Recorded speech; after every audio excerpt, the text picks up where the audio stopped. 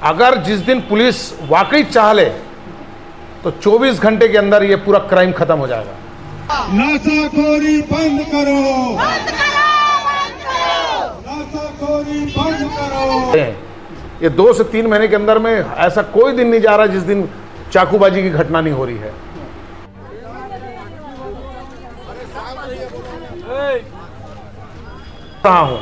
Police प्रशासन के आला अधिकारी, मेरे जैसे जनप्रतिनिधि, हम सब कहीं ना कहीं दोषी हैं उस ईश्वर के कि हम अपने काम को ठीक से कर नहीं पा रहे हैं।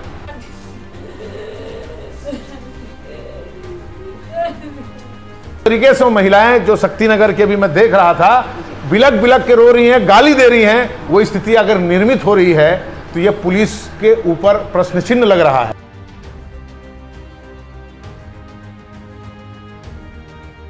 अरे पुलिस क्या करेगी? ले जाएगी, 2 डंडा मार के बाहर कर देगी, जमानत देकर आ जाएंगे। ये खौफ नहीं है इनको पुलिस का। नमस्कार, आप देख रहे हैं वीएलसी न्यूज और इस वक्त हम चर्चा करने वाले हैं बढ़ती क्राइम और जो नशाखोरी है उस पर। हमारे साथ रतन यादव जी मौजूद है जो छत्तीसगढ़ में बजरंगी के रूप में जाने जाते हैं और छत्तीसगढ़ में नहीं, इनका जो वर्णन है पूरे भारत पर नाम चलता है और समय समय पर समाज हित के लिए सदैव खड़े रहते हैं। साथ में आप देख सकते हैं यहाँ पर सहयोगी के रूप में जैन जी मौजूद है और साथ में विकास ठाकुर जी मौजूद है, चंदन राजपूत जी यहाँ पर मौजूद है। और आइए चर्चा करते हैं उन विषयों पर जो लगातार छत्तीसगढ़ में जो बढ़ता क्राइम है उसको कैसे रोका जा सकता है और रतन यादव जी अपने संगठन के माध्यम से समाज के लिए क्या कर सकते हैं। रतन यादव जी, पहले तो आपका बहुत बहुत स्वागत है। नमस्कार जी, आप सभी को बहुत बहुत स्वागत है। इस वक्त का मुद्दा जो है अभी शहर में जिस तरह से, शहर की बात ना करें, हम पूरा अगर छत्तीसगढ़ की बात करते हैं तो छत्तीसगढ़ में लगातार जो है नशाखोरी और जो शराबखोरी, चाहे वो चाकूबाजी हो या हत्या, आम बात हो गई है। रतन जी, हम आपसे ये जानना चाह रहे हैं कि शहर में जो है दुर्घटनाएं बढ़ते जा रही है नशाखोरी को लेकर। आज महिलाओं के अंदर से ये भय खत्म हो गया कि या फिर डर सता रहा है कि पुलिस हमारे लिए कुछ कर पाएंगे। चाकूबाजी और जो नशाखोरी है सरेआम हो चल जा रहा है, जिसके चलते दुर्घटना और मर्डर जैसे चीज़ है एक आम बात हो गई है और आए दिन कहीं ना कहीं हत्या जैसे वारदात हो रही है। तो उस पर आपका क्या कहना है, क्योंकि पुलिस भी अंकुश लगाने पर नाकामयाब हो रहा है, इसमें आपका क्या कहना है? देखिए, मेरा सोचना ये है कि पुलिस नाकामयाब, मैं पुलिस को नाकामयाब मानता ही नहीं। आप पुलिस को पावर दो ना पूरा। पुलिस प्रशासन में बैठे हुए सबको मालूम है कहाँ क्राइम होता है, कौन क्राइम से जुड़ा हुआ है, कौन असामाजिक तत्व है, उनके पास पूरा रिकॉर्ड रहता है।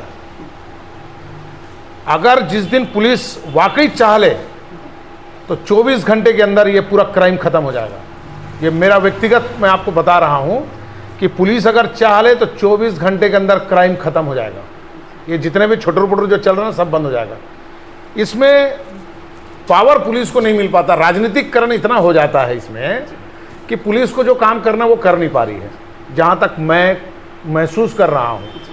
आज देख लीजिए, आज जिस प्रकार से क्राइम बढ़ा है पूरे छत्तीसगढ़ के अंदर, ये बहुत चिंतनीय है। खासकर दुर्ग जिले के अंदर में मैं महसूस कर रहा हूँ बहुत से ऐसे क्राइम अभी अचानक बढ़े हैं। ये 2 से 3 महीने के अंदर में ऐसा कोई दिन नहीं जा रहा जिस दिन चाकूबाजी की घटना नहीं हो रही है। ये ऐसी हो क्यों रहा है? मैं ये चाहता हूँ उस माँ बाप का जिसके सर से बेटे का साया हट गया, किसी का पति खत्म हो गया, मतलब कुल मिलाकर के हमारे समाज के लोगों के परिवारजन को जिस तरीके से मौत के घाट उतार दिया गया, उस परिवार का आज क्या हाल हो रहा होगा। उस सब के दोषी हम लोग हैं।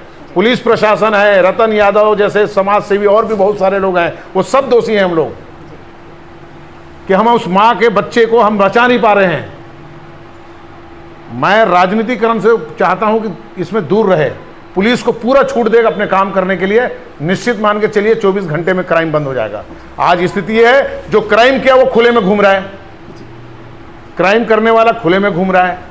आप किसी भी असेड़ी नसेड़ी को बैठाते हो और खत्म कर देते हो मैटर को। ये सब चलेगा नहीं। जब तक के सही क्राइम को नहीं पकड़ेंगे, जब तक के गुनहगार को नहीं पकड़ेंगे, जब तक उनके अंदर खौफ नहीं पैदा होगा, तब तक ये क्राइम नहीं बंद होगा। और मैं बोल रहा हूं, पुलिस प्रशासन के आला अधिकारी, मेरे जैसे जनप्रतिनिधि, हम सब कहीं ना कहीं दोषी हैं उस ईश्वर के कि हम अपने काम को ठीक से कर नहीं पा रहे हैं। किसी माँ का साया बेटा चला जा रहा है, किसी का पति चले जा रहा है, आखिर ये क्या हो रहा है? नशा नाश का जड़ है, लेकिन समाज से ये दूर क्यों नहीं हो रहा है? सभी माताएं हैं जो जिसके बच्चे जो आज इस दुनिया पे नहीं हैं, वो कहीं ना कहीं हत्या का शिकार हुए हैं, और नशा जो खुलेआम बिक रहा है उस पर अंकुश नहीं लगा पा रहे हैं। तो ये अंकुश लगाएगा कौन? मैं यही तो बोल रहा हूं आपको, पुलिस को पूरा छूट दो ना आप। पुलिस के प्रति विश्वास आज की स्थिति में जो देख रहा हूं, विश्वास थोड़ा प्रति समाज में कम हो रहा है। ये कम नहीं होना चाहिए। हम पुलिस अधीक्षक महोदय सभी मिलेंगे, हमारी जनप्रतिनिधि टीम मिलेगी जा करके, हम पूरा सहयोग करेंगे। हर वार्ड में हम अपना कार्यकर्ता पुलिस मित्र के रूप में खड़े करेंगे, और हम चाहेंगे कि जहां पर भी असामाजिक तत्व, क्राइम से जुड़े हुए व्यक्तियों के साथ जिसका किसी का संबंध, सबका खुलासा किया जाएगा और ताकि बताया जाएगा और पुलिस से कार्रवाई करवाई जाएगी। हर जगह पर पुलिस उपस्थित कई जगहों पर नहीं रह पाते, तो जो मोहल्ले में रहने वाले लोग हैं, वहां के लोगों को अगर विश्वास में लिया जाए तो निश्चित मान के चलो कि एक टीम बनाए पुलिस प्रशासन। जैसे नशे के खिलाफ युद्ध प्रशासन ने भी छेड़ा था, लेकिन उसका कुछ रिजल्ट दिख नहीं रहा है। इसके लिए हमको हर वार्डों में अपनी टीम खड़े करनी पड़ेगी। जहां तक प्रशासन को सहयोग की जरूरत पड़ेगी, मैं खुद छत्तीसगढ़ बजरंग दल का प्रदेश संयोजक, मैं पुलिस प्रशासन को पूरा सहयोग अपनी टीम के द्वारा करने को तैयार बैठा हूं। जब जहां बोलेंगे मैं भी अपने कार्यकर्ताओं को दूंगा। आप हर जगह पर एक पुलिस मित्र का टीम बनाइए, और जहां पर इस प्रकार का क्राइम होने की संभावना है, समय पूर्व आपको सूचना दी जाएगी ताकि उसमें नकेल कसा जा सके। आज की स्थिति बताए नहीं रतन यादव जी कि शक्ति नगर में महिलाएं जो है अपने घर से निकल गई है, उसको पुलिस के ऊपर किसी प्रकार से भरोसा नहीं रह गया। अब महिलाएं जो है आपसे उम्मीद लगा के बैठी है कि रतन यादव जी कुछ करेंगे या फिर संगठन के लोग कुछ करेंगे। ये उम्मीद भरी नजरों से आपको देख रहे हैं। बिल्कुल। तो किस तरह का रास्ता निकालेंगे आप उन महिलाओं के? बिल्कुल, उन महिलाओं के आश्वासन को मैं जैसे वो उम्मीद कर रहे हैं उसमें हम खरा उतरेंगे। और रही बात पुलिस प्रशासन की, मैंने कहा ना आपको कि पुलिस अधीक्षक से मिलकर के हम एक पूरे वार्डों के लिए टीम घोषित करेंगे, पुलिस का सहयोगी बनकर के काम करेंगे। जहां क्राइम हो रहा है, जहां पर नशाखोरी हो रहा है, उसकी तत्काल सूचना दी जाएगी। कोई पुलिस का अधिकारी अगर उसमें आनाकानी करेगा तो उसके खिलाफ भी कार्रवाई करवाई जाएगी। आला अधिकारी बैठे हैं सब, अगर मान लो थाना प्रभारी अगर मान लो कार्रवाई नहीं करता है तो सीएसपी महोदय बैठे हैं, सीएसपी महोदय अगर नहीं सुनते हैं तो एडिशनल एसपी महोदय बैठे हैं, अगर वो भी नहीं सुनते हैं तो पुलिस अधीक्षक बैठे हैं। तो कहीं ना कहीं सब एक चैनल के थ्रू ही काम होना चाहिए, और उस चैनल के थ्रू हम ये चाहते हैं पुलिस प्रशासन से कि आप अपनी विश्वसनीयता को खत्म मत करिए। जिस तरीके से वो महिलाएं जो शक्ति नगर के भी मैं देख रहा था, बिलक बिलक के रो रही हैं, गाली दे रही हैं, वो स्थिति अगर निर्मित हो रही है तो ये पुलिस के ऊपर प्रश्न चिन्ह लग रहा है। ये प्रश्न चिन्ह अगर लगेगा तो क्राइम करने वालों का हौसला बढ़ेगा। इसलिए पुलिस का खौफ इन अपराधियों पे होना चाहिए, और ऐसा होना चाहिए कि इनकी औकात ना हो कि किसी को ये छू सके। लेकिन कहीं ना कहीं जिस प्रकार से क्राइम बढ़ रहा है, मतलब इनका हौसला इतना बढ़ रहा है कि इनको कोई कुछ बोल दे। एक साधारण आदमी जल्दी पुलिस प्रशासन के चकलस में नहीं पड़ना चाहता। उसे लगता है अरे यार मैं कुछ बोलूंगा तो फालतू मेरे से सवाल जवाब हो जाएगा। पुलिस को विश्वास पैदा करना पड़ेगा कि नहीं, आप लोग हमें सहयोग करो। हम बिल्कुल ऐसे क्राइम करने वाले लोग जो क्राइम की दुनिया में जो उनका रिकॉर्ड निकालिए, आप चेक करिए किसका किसके संबंध है, कौन कहां से क्या ले रहा है दे रहा है, ये सारा चीज पुलिस के पास में है। पुलिस को मैं चाहता हूं राजनीतिकरण नहीं होना चाहिए, उनको खुला छोड़ दे देना चाहिए कि आप क्राइम को खत्म करिए इतना टारगेट दे करके। मैं लिख के देता हूं 24 घंटे के अंदर पुलिस क्राइम खत्म कर देगी, किसी की हिम्मत नहीं होगी कि कुछ कर ले। अगर कहीं पर ऐसा लगता है तो हमारे जैसे लोग जनप्रतिनिधि, हमारे पास भी हजारों कार्यकर्ता हैं हर जगह पर, हम अपने कार्यकर्ताओं का सहयोग जहां पड़े पुलिस प्रशासन को देने के लिए तैयार बैठे हैं। लेकिन हर हाल में नशाखोरी, चाकूबाजी, गुंडागर्दी ये कम होना चाहिए। इस पर अंकुश लगाने क्या करे कि उस पर अंकुश लगा सके, क्योंकि युवाओं में जो है नशा बढ़ चुका है, और उनको जो है प्रशासनिक किसी भी प्रशासनिक अमला हो या पुलिस प्रशासन हो, उनको खौफ नहीं है। आज महिलाएं चिक चिक इस बात को बोल रही है कि वहाँ पर या तो पेट्रोलिंग समय पर नहीं होता, या तो फिर नशा जो व्यापार कर रहे हैं, नशा बेच रहे हैं, उनको पुलिस जानती है। लेकिन ये बात तो सही है कि बाहर से कोई व्यक्ति तो आता नहीं है, कोई ना वहीं का व्यक्ति होता है, आसपास के व्यक्ति बेचते हैं, वहीं का व्यक्ति होते हैं लोग, उन तक पहुँच नहीं पा रहे पुलिस। देखो कुछ पुलिस के अंदर में ऐसे तत्व भी हैं जो कहीं ना कहीं इस प्रकार के घटना को बढ़ावा देने में लगे रहते हैं। जब तक इनकी शिकायत पुलिस के आला अधिकारियों से नहीं होगी तब तक ये क्राइम चलेगा। अभी हमने क्या कहा, पुलिस अधीक्षक महोदय से हम जल्द मुलाकात करके अपना एक प्रस्ताव रखेंगे। हम हर वार्ड के अंदर, खास तौर पर अपने दुर्ग शहर के अंदर, हम अपनी टीम देंगे उनको और पूरी सूचना देंगे। डायरेक्ट पुलिस अधीक्षक से हम जुड़ेंगे, डायरेक्ट एडिशनल एसपी से हम सीधा जुड़ेंगे, कांटेक्ट में रहेंगे। नशाखोरी करने वालों के खिलाफ कार्रवाई करने के लिए हम उनको बाध्य करेंगे। उनको सूचना वहाँ पर एक जो स्थानीय कार्यकर्ता होगा हमारा, वो पहुंचेगा और वहाँ से तत्काल पुलिस को सूचना देगा। लिख के देता हूँ, अगर सहयोग से काम होगा तो निश्चित मान के चलिए कि क्राइम खत्म हो जाएगा। और होना ही है क्राइम। तो यूं कहना चाहिए कि मतलब किसी क्राइम को खत्म करने के लिए, नशा को खत्म करने के लिए संगठन की जरूरत पड़ रही है, समाज की जरूरत पड़ रही है, प्रशासन की जरूरत नहीं पड़ रही। अगर आप लोग इस चीज को अगर कर लेंगे तो फिर प्रशासन क्या करेगी? मैंने क्या कहा कि अकेले कोई संगठन या कोई समाज इसको नहीं करेगा, करेगा तो पुलिस प्रशासन के सहयोग से ही करेगा। पुलिस मित्र जैसा आप बता रहे हैं। यस, मैं इसीलिए कहा ना कि हम पुलिस अधीक्षक से अपना प्रस्ताव रखेंगे, उनको सहयोग की बात करेंगे कि जिस तरीके से पुलिस के प्रति लोगों का जो रुझान है वो कम हो रहा है, विश्वास कम हो रहा है, वो विश्वास पुलिस के प्रति कम नहीं होना चाहिए। ये सब चीज़ों को क्रिमिनल गतिविधि करने वाले लोग, जो माफिया टाइप के जो लोग हैं, वो इस सब चीज़ को देख रहे हैं। कहीं ना कहीं आप लोगों के प्रेस के माध्यम से देखते रहते हैं ना वो लोग, तो उनके मन में वो खौफ खत्म हो रहा है। अरे पुलिस क्या करेगी, ले जाएगी, 2 डंडा मार के बाहर कर देगी, जमानत लेकर आ जाएंगे। ये खौफ नहीं है इनको पुलिस का खौफ पैदा करना पड़ेगा।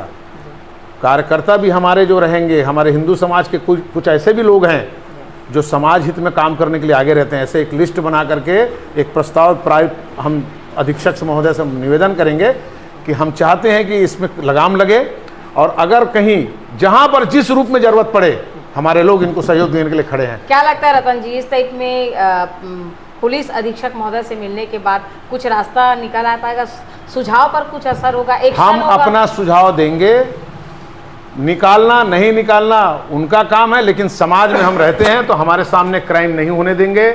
हम लोग हमने कहा ना, हम एक टीम गठित कर रहे हैं, सभी वार्डों में नशाखोरी करने वाले, अवैध शराब, जुआ, सट्टा चलाने वाले, उनका सबका पता साजी करके लिस्टिंग बनाकर कार्रवाई कराई जाएगी।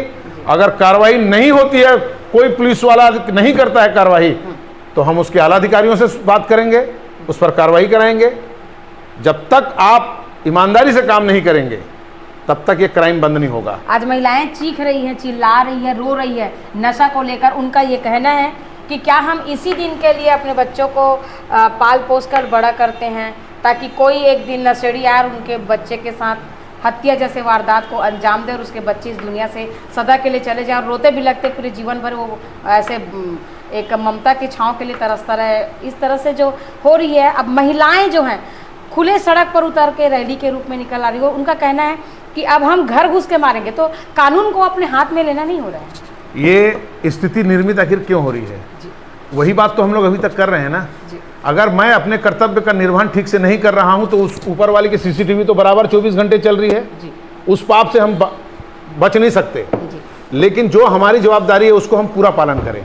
ठीक, अगर कहीं पर ऐसा लगता है कि कहीं स्थिति ऐसी निर्मित होती है ना कि पुलिस हर जगह पर नहीं पहुंच पाती है, कई बार देखा गया है, वहां पर ये जो हम जो प्रस्ताव ला रहे हैं, हम जो बात कर रहे हैं कि हमारी जो टीम रहेगी सभी जगह पर खड़े रहेगी पुलिस प्रशासन को सहयोग करने के लिए। नशाखोरी, जुआ, सट्टा चलाने वालों को खिलाफ में कार्रवाई कराने के लिए हम सब बाध्य होंगे। लिख के देता हूं, हम शुरुआत करेंगे, उसके बाद एक शुरुआत करेंगे, लिख के चलो ये नशा के खिलाफ जो आपने युद्ध छेड़ा है, पुलिस अधीक्षक महोदय आपके माध्यम से हम बता रहे हैं, हाँ उसमें हम सहयोगी बनेंगे और 100% यहाँ से क्राइम को खत्म करने को हम संकल्प लेंगे। रतन यादव जी, मेरा आखिरी सवाल आपसे ये है, क्या संदेश देना चाहते हैं उन महिलाओं को जो आपसे उम्मीद लगा बैठी है कि रतन यादव जी अब नशा पर एक्शन लेंगे? उन माताओं को, उन बहनों को आपका क्या संदेश है? मैं उन माँ के दुख को कम तो नहीं कर सकता, क्योंकि बहुत बड़ा दुख है, क्षति है उनके लिए। मैं इतना ही निवेदन कर सकता हूँ कि बहनों, कानून हाथ में नहीं लेना, कानून हाथ में नहीं लेना, लेकिन और भी रास्ते हैं उसको सही करने का। आप लोग जागरूक हो गए, ये बहुत बड़ी बात है, और ऐसे ही जागरूक रहना। अगर कोई पुलिस प्रशासन को अगर आप सूचना देते हो, किसी अधिकारी को सूचना देते हो, अगर वो कार्रवाई नहीं करता है तो तत्काल आला अधिकारियों से संपर्क किया जाए, नहीं तो मैं रतन यादव, कभी भी मुझसे आप संपर्क करिए, मैं आपकी बात आला अधिकारियों तक ले जाने के लिए पूरा प्रयास करूंगा और उस मैटर को मैं ख़त्म कराऊंगा। ये मेरी जवाबदारी है, क्योंकि जिस प्रकार से क्राइम बढ़ रहा है उस क्राइम को रोकना हम सब की जिम्मेदारी है। मैं फिर से एक बार पुनः मेरी बहनों से निवेदन करूंगा कि ठीक है, आक्रोश जरूरी है, लेकिन बहनों कानून हाथ में नहीं लेना, कानून हाथ में लेना इसका उपाय नहीं है। बहुत बहुत धन्यवाद रतन यादव जी आपका। जय श्री राम।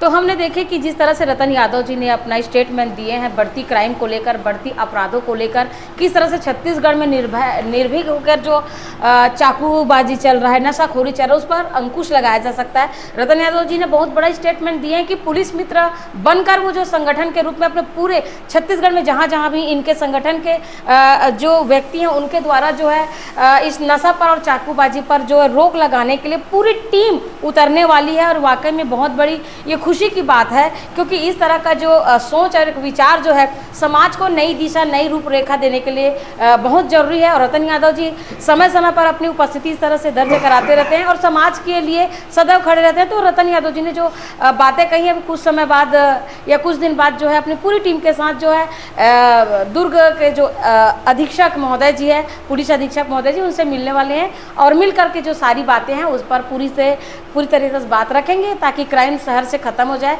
और आए दिन का जो सुनने को जो मिलता है कि कहीं पर भी चाकूबाजी या नशाखोरी हो रहा है, इस पर अंकुश लगाया जा सकता है। तो इस तरह से हमने देखे कि रतन यादव जी से हमने जो बात की है वो समाज हित में थे। ऐसे अगले अपडेट के लिए बने रहिए VLC न्यूज़ के साथ। तब तक के लिए नमस्कार।